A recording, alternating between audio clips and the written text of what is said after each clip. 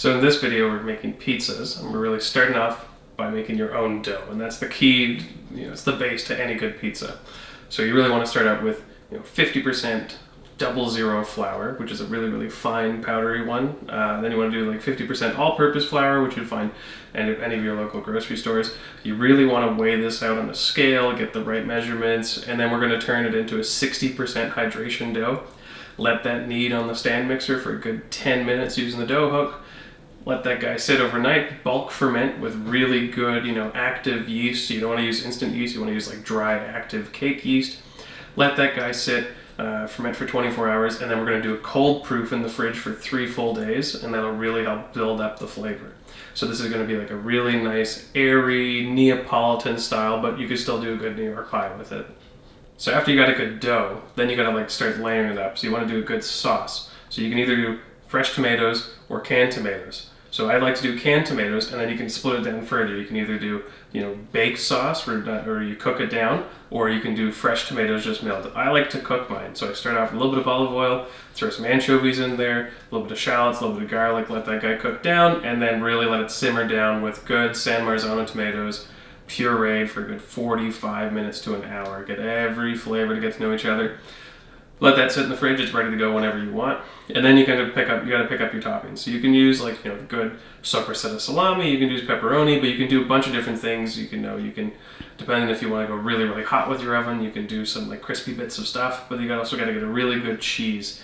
So you either want to use a low moisture mozzarella and let that freeze for a little bit so you can grate it up real nice, or use a really good fresh mozzarella or a buffalo mozzarella. And then you want to slice that real thin and kind of spread it out all over the pizza.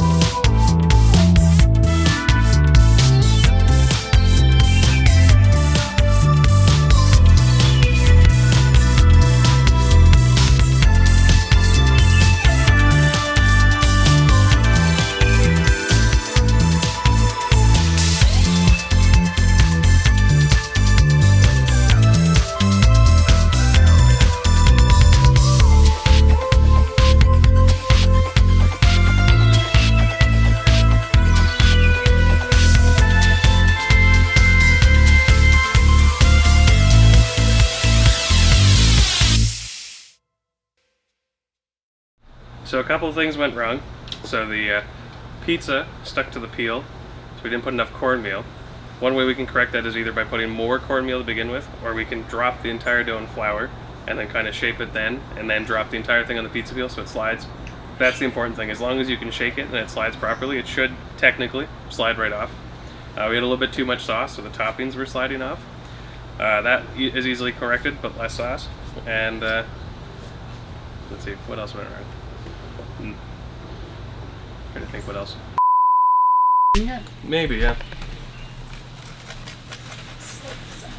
Oh no!